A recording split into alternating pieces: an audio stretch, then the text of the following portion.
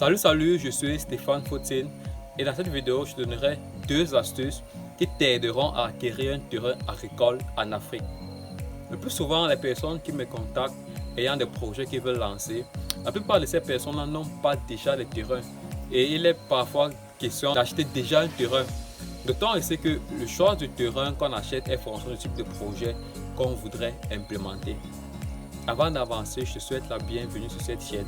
Ici, nous parlons d'aquaculture, ici, nous parlons d'entrepreneuriat, d'agrobusiness. Nous allons à la rencontre des exploitants d'agriculture et d'élevage qualifiés, formés et expérimentés dans le domaine, afin de vous produire des vidéos lourdes et chargées, des vidéos qui vous permettront de vous bâtir un bon mindset. Parce que nous sommes convaincus que le développement de l'Afrique passera aussi par la transformation de notre façon de penser.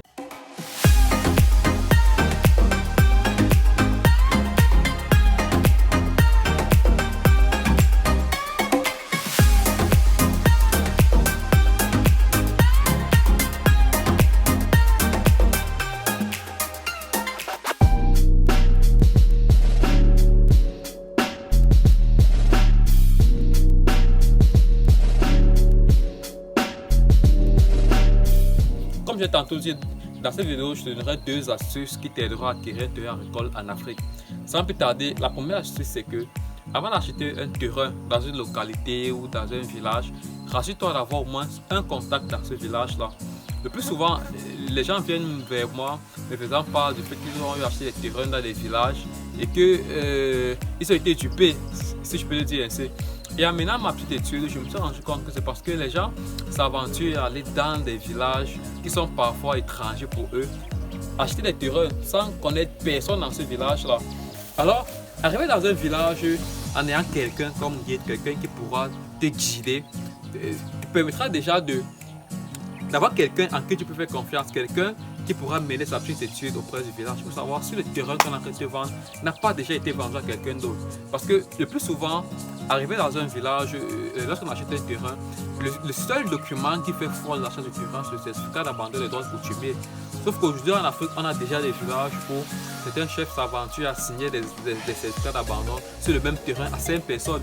Donc, arriver dans un village sous la couverture de quelqu'un, ou alors arriver dans un village avec quelqu'un comme connaissance dans ce village, ça vous permettra déjà d'éviter de vous faire duper de cette façon-là. La deuxième astuce que je vous recommande de pratiquer, c'est que après l'achat du terrain, lancez directement vos travaux. Il y en a qui s'aventurent à aller dans les villages, acheter les terrains et après cela rentrer dans les villes, rester, attendre 1 an, 2 ans.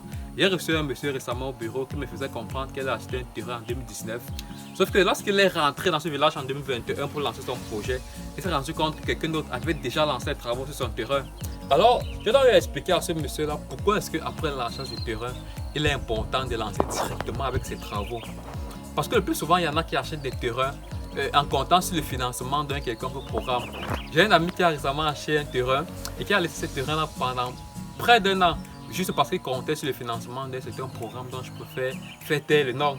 Donc, si vous achetez un terrain, rassurez-vous que vous avez déjà les fonds pour lancer votre projet immédiatement après l'achat du terrain. Parce qu'honnêtement, en Afrique, on n'achète pas un terrain agricole et on s'en va rester chez soi en ville. Donc, voici les deux astuces que j'ai voulu partager avec toi. Les deux astuces que nous avons eu à pratiquer jusqu'ici et qui marchent plutôt bien. Nous sommes ici sur un nouveau site, sur un nouveau terrain que nous venons d'acquérir. Et immédiatement après l'achat, nous avons lancé nos travaux. En notant déjà que ici nous sommes dans un village où je connais pas mal de personnes. Donc voilà un peu les petits secrets que tu peux pratiquer toi aussi lorsque ce sera question pour toi d'acheter un terrain en Afrique.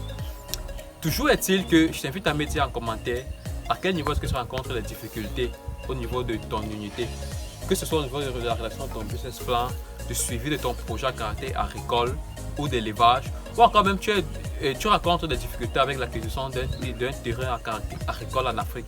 Tu pourras entrer en contact avec nous via le petit numéro WhatsApp qui sera laissé dans la barre de description afin que nous puissions échanger et qu'à la fin nous trouvions une solution à ton problème. Je te dis merci, à très bientôt pour une nouvelle vidéo.